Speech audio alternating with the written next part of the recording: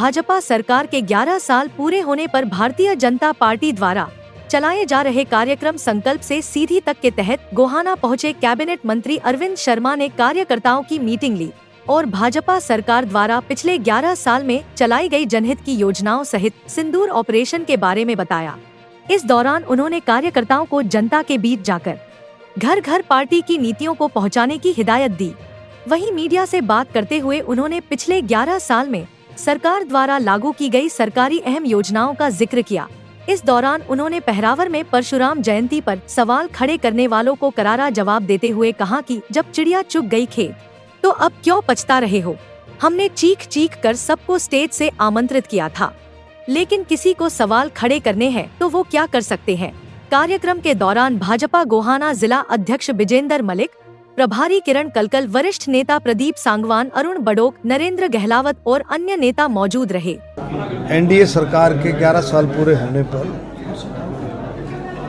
माननीय प्रधानमंत्री मोदी जी के नेतृत्व में 11 साल, हरियाणा में नायब सिंह सैनी जी के नेतृत्व में तीसरी बार सरकार बनकर के 11 साल पूरी कर रही है।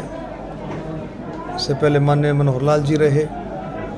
इसमें संकल्प से सिद्धि जो हमारे पुराने हमारे नेता थे, जिन्होंने भारतीय जनता पार्टी को आगे बढ़ा जनसंघ के समय से, उसके बाद भारतीय जनता पार्टी, पंडित दीनदयाल उपाध्याय जी, श्यामा प्रसाद मुखर्जी जी, उनकी जो सोच थी उस सोच को आगे बढ़ाते हुए भारतीय जनता पार्टी ने जो काम किया, सरकार ने जो काम किया है, उसी का ये संकल्प से सिद्धि कि उनका माननीय परम आदरणीय पंडित दीनदयाल उपाध्याय जी की सोच थी कि जब तक सरकार, कोई भी सरकार हो, उसकी योजनाओं का लाभ अंत्योदय आखिरी छोर तक जब तक नहीं जाता है तो उन योजनाओं का ज़्यादा लाभ, ज़्यादा फायदा नहीं होता है। भारतीय जनता पार्टी ने मोदी जी के नेतृत्व में यही काम सबसे बड़ा किया। माननीय नड्डा जी, माननीय नायब सिंह सैनी जी, मोहन लाल जी के आखिरी छोर तक योजनाओं का लाभ मिले और उसमें 100% सरकार और पार्टी इसमें कामयाब हुई। आज सभी योजनाओं का लाभ आखिरी छोर तक मिला। हर एक वर्ग के लिए योजनाएं हैं, चाहे वो किसान है, खेती हर मजदूर है, गरीब है, दलित है, बैकवर्ड है, ओबीसी है, कर्मचारी है, व्यापारी है, हर तबके के लिए, महिलाएं हैं, बुजुर्ग हैं, स्वतंत्रता सेनानी, शहीदों के परिवार, खिलाड़ी, हर एक तबके को, हर एक कैटेगरी को, हर एक वर्ग को इसका लाभ, बराबर इसका लाभ मिल रहा है। तो मैं ये कहूँगा, अलग अलग योजनाएं किसानों के लिए योजना ले, किसान सम्मान निधि, हरियाणा एक कदम आगे बढ़ करके 24 फसलों पर एमएसपी पर फसल खरीदना, एक भी दाना किसान का बाकी नहीं छोड़ना, ये संकल्प है हरियाणा सरकार का और ये संकल्प है ऊपर मोदी जी का कि हर वर्ग को योजनाओं का लाभ मिले, हर वर्ग के लिए योजनाएं बने, हर वर्ग के लिए। और एक और चीज़ है कि 2014 के बाद जिस तरह से देश तेज गति से बदला है, बदलाव हुआ है, हर एक कैटेगरी में बदलाव हुआ है, और इस बदलते भारत की जो तस्वीर अब जो ऑपरेशन सिंदूर के बाद देखने को मिली, लोगों को ये निश्चित हो गया, लोगों को ये 100% हो गया कि यस, अब मेरा भारत बदलता भारत नहीं, अब मेरा भारत विकसित भारत की तरफ तेजी से कदम बढ़ रहा है। आप देखें ऑपरेशन जिस तरह से पाकिस्तान ने घिनौना काम किया, आपके पुलवामा में कितना, इसमें पहलगांव में कितना घिनौना काम, पहलगांव में 22 अप्रैल को पाकिस्तान ने कराया, कितना घिनौना काम। उसका बदला नहीं कहूँगा मैं, लेकिन माननीय प्रधानमंत्री मोदी जी ने बिहार में एक स्टेटमेंट दी थी कि अब समय आ गया, पूरा देश गुस्से में था कि अब समय आ गया है, आतंकवाद और आतंकवादियों को कुचलने का समय आ गया है। और यही काम आप देखेंगे कि ऑपरेशन सिंदूर के जरिए से माननीय प्रधानमंत्री जी के नेतृत्व हमारी सेनाओं ने, थल सेना, वायु सेना, नौसेना, सभी ने मिलकर के ऑपरेशन सिंदूर को जो है इसको प्रैक्टिकल किया और 9 ठिकानों को टारगेट किया। 9 ठिकानों को टारगेट करके जो हार्डकोर जो टेररिस्ट थे, जो कभी पकड़ाई में आते भी नहीं, ऐसे हार्डकोर टेररिस्ट थे जो सालों साल से छिपे हुए थे, उनको अगर मिट्टी में मिलाने का काम किया तो हमारे सेनाओं ने ऑपरेशन सिंदूर के माध्यम से किया। लेकिन विपक्ष के नेता और एक मिनट, अब इसके बाद आप देखें, मैं जो बदलता भारत कह रहा हूँ, इसके आप देखेंगे कि कितना बड़ा काम, जो ड्रोनों से अटैक, मिसाइलों से अटैक हुए, ड्रोन मिसाइलों से बराबर अटैक हुए, लेकिन देश को एक भी ड्रोन या एक भी मिसाइल एडवर्स इफेक्ट नहीं कर सकी, किसी देश के किसको कोई नुकसान नहीं पहुंचा सकी। ये था, सब लोगों ने महसूस किया, ये था बदलते भारत की तस्वीर। तो मैं इस तरह से तीसरी बार सरकार बनाता, 2014 में पहली बार सरकार बनी, 2019 में दूसरी बार सरकार बनी, 2024 में दूसरी बार सरकार बनी।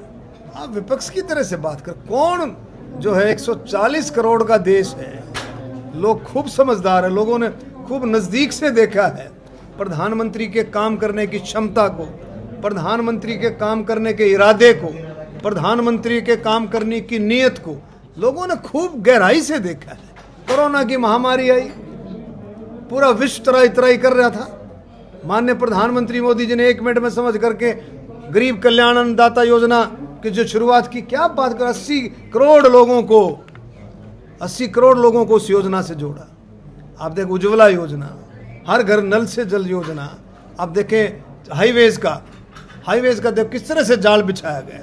लोग खुश हैं, तभी वोट देते, तभी तीसरी बार सरकार आई है, और लोग खुश भी हैं, लोग खुशहाल भी हो रहे हैं मोदी जी के नेतृत्व में। ऐसा नहीं है, विपक्ष का काम अपने नैरेटिव सेट करना है, बेकार के। राहुल गांधी लगातार सरेंडर के नाम पर जो है सवाल कर रहे हैं, मोदी जी के ऊपर टिप्पणी कर रहे हैं। देखिए, मैं फिर कह रहा हूँ, ये युद्ध नहीं था, ये आतंकवाद और आतंकवादियों के खिलाफ कार्रवाई थी। ऐसे हार्डकोर आतंकवादियों को जो छुपे हुए थे, उनके खिलाफ कार्रवाई थी, और उनको मिट्टी में मिलाने का काम 9 ठिकानों पर जो टारगेट किया। ये युद्ध नहीं था, फिर मैं कह रहा हूँ। और देश जो है, कभी मोदी जी के नेतृत्व में जो बात ये कर रहे हैं ना, ये देश को समझें, देश की जनता को समझें। आज 140 करोड़ का देश हाथों में झंडे लेकर के किस तरह से बाहर निकला है। वो कोई पार्टी का प्रोग्राम नहीं था, कोई भारतीय जनता पार्टी, वो देश का प्रोग्राम, देश के नागरिकों का प्रोग्राम था। देश के नागरिकों ने सैनिकों का सम्मान किया, सैनिकों का सम्मान में, सैनिकों की जांबाजी के लिए, सैनिकों की बहादुरी के लिए ये तिरंगा यात्राएं निकाली। राहुल गांधी हरियाणा में आए, कांग्रेसी नेताओं के साथ मीटिंग की, संगठन को मजबूत करने की बात की, गुटबाजी खत्म। देखिए, उनका अपना ये काम है पार्टी का, लेकिन आप इस बात से अंदाज़ा लगा सकते हो, आज कितने महीने हो गए विपक्ष का नेता तक वो नहीं बना पाए, जबकि विपक्ष का नेता संवैधानिक जरूरत भी है। आपको बता दूं कि सरकार में कई कमेटियों में विपक्ष का नेता बैठता है, कई अपॉइंटमेंट में उसकी सलाह जरूरी होती है, तो ये संवैधानिक जरूरत भी है। विपक्ष का नेता ही नहीं बना पाए तो क्या आगे बढ़ेंगे, वो जो भी अपने करें। मंत्री जी, पेहरावर में आपने इतिहास रचा, लेकिन उसके बावजूद कुछ लोग उस प्रोग्राम पे सवाल खड़े कर रहे हैं। देखिए, ऐसा है, पेहरावर का जो प्रोग्राम हुआ वो गौड़ ब्राह्मण विद्या प्रचारणी की जगह पर माननीय मुख्यमंत्री जी का मैं बार बार धन्यवाद देता हूँ। 15.5 एकड़ जमीन पर प्रोग्राम हुआ, पूरी जमीन पर पंडाल लगा हुआ था। लोगों का मैं धन्यवाद देता हूँ, हरियाणा के हर कोने से, हर गली से, हर मोहल्ले से, हर गांव से लोगों ने पहुंच करके गौड़ ब्राह्मण विद्या प्रचारणी सभा को नमन किया, उसको याद किया, उन पूर्वजों को याद किया जिनकी वजह से गौड़ ब्राह्मण विद्या प्रचारणी बनी थी। उन पूर्वजों को याद किया, पंडित प्रभुदयाल गौड़ को याद किया, पंडित भगवत दयाल शर्मा को याद किया, पंडित नेकीराम शर्मा, पंडित श्रीराम शर्मा, पंडित चिरंजीलाल शर्मा, इन सबको, हमारे चतुर्भुज शर्मा जी, मेरे दादाजी थे पंडित जानकी प्रसाद जी, उनका भी बड़ा भारी योगदान रहा था इस संस्था को आगे बढ़ाने में। तो सबको याद किया, उस जगह पर प्रोग्राम था। ये सारे का सारा जो प्रोग्राम था गौड़ ब्राह्मण विद्या प्रचारणी के लिए था, लोग बाग वहाँ पर पहुँचे। रही बात जो गौड़ ब्राह्मण विद्या प्रचारणी को नहीं समझते, वो तरह तरह के सवाल उठाते, जो देश को नहीं समझते, जो देश को ही नहीं समझते, वो तरह तरह के सवाल उठाते हैं। इसमें आप देखो ऑपरेशन सिंदूर क्या था जी, सीज फायर कर दिया जी, जिनको देश की समझ ही नहीं है। अरे जिसको गौड़ ब्राह्मण विद्या प्रचारणी की समझ नहीं, वो तरह तरह के सवाल उठाए। वो लोग वो जो जिससे जुड़े हुए उनसे पूछो जा करके, उनसे पूछो 50 साल के बाद गौड़ ब्राह्मण विद्या प्रचारणी में कोई एक नया काम शुरू हुआ है। गौड़ ब्राह्मण विद्या प्रचारणी में मैं उन लोगों का भी मैं कहूँगा, मैं सबका धन्यवाद करता हूँ और उन लोगों से अपील करता हूँ जो सवाल करते हैं। अरे ये मौका है, ये मौका है कुछ कर दिखाने का। ये मौका है कि जो पत्थर रखे गए हैं उन पत्थरों को हम ऊपर लेकर के जाए, वहाँ को कंस्ट्रक्शन के काम शुरू हों। हमारे लड़के लड़कियाँ जो 36 बिरादरी के लड़के लड़कियाँ आएंगे, उनका भविष्य उज्ज्वल हो। एक ऐसा भविष्य जो संस्था से निकले तो उनका ऐसा भविष्य उज्ज्वल हो, उनको कोई ना कोई काम मिले, उनके रास्ते बढ़े, उनके परिवार के रास्ते खुले। डॉक्टर साहब भी आरोप लगाया है कहीं जैन ने, खास करके जो बाबाओं के जो न्यायी हैं वो जेल में बंद थे। देखिए मैंने देखो ऐसा है, देखो सुनो, मैंने पहले भी सुरेंद्र कई बार जवाब दे लिया, फिर तो उसी बात पे आता है, कोई बात नहीं। देखो ऐसा हमने कुछ किसी से छुपाया नहीं प्रोग्राम, हम तो स्टेजों पर रुक के मारे थे भाई सब आओ, हम तो स्टेजों पर रुक के मारे थे। हमने कोई पर्टिकुलर ये नहीं कहा भी है, सभी पंथों को सभी धर्मों का हमारे लिए सम्मान था, सभी जातियों का सम्मान था, सब आओ, सब आए। कोई पर्टिकुलर बातें इसमें इधर उधर की बात करना ये तो फजूल की बात। मैं तो कहता हूँ सबको हमने इनवाइट किया, सब आए। अब इन चीज़ों से ऊपर उठ करके इन चीज़ों से प्रोग्राम हो गया। अब चिड़िया चुग गई खेत, क्या बोलते हैं, अब पछताए होत गया। ले गए लोग, जो इतने लोग जमा हो गए, लाखों लाखों की तादाद में लोग जमा हुए, सब बिरादरियों के लोग आए। अब करते रहो जिसने जो करना है, लेकिन अब मौका है, अगर वाकई में दिल से आत्मा से गौड़ ब्राह्मण विद्या प्रचारणी के साथ जुड़े हैं तो अभी भी समय है, अभी भी समय है कुछ कर दिखाने का। मंत्री जी, कोरोना की आहट सुनाई दे रही है, काफी केसेस आ रहे हैं सामने, लेकिन गोहाना का जो ऑक्सीजन प्लांट 4 साल पहले लगाने की बात की गई थी वो आज तक नहीं लग पाया है, क्या कहें? जिसमें ऐसा है, सरकार गंभीर है और मीटिंगें बार बार मीटिंगें चल रही हैं। हमारी हेल्थ मिनिस्टर भी मीटिंग ले रही है, पूरा प्रशासन चौकस है, जहाँ जहाँ कुछ रह रहा है, कमी रह रही है, उसको पूरा किया जाए। 11 साल के उपलक्ष्य में अब क्या कार्यक्रम रहेंगे? ये सारे हमारे कार्यकर्ता, एक एक कार्यकर्ता प्रधानमंत्री मोदी बन करके, नायब सैनी बन करके, मनोहर लाल खट्टर बन करके, मोहन लाल बड़ौली बन करके, एक एक कार्यकर्ता जाएगा और 11 साल की उपलब्धियों को।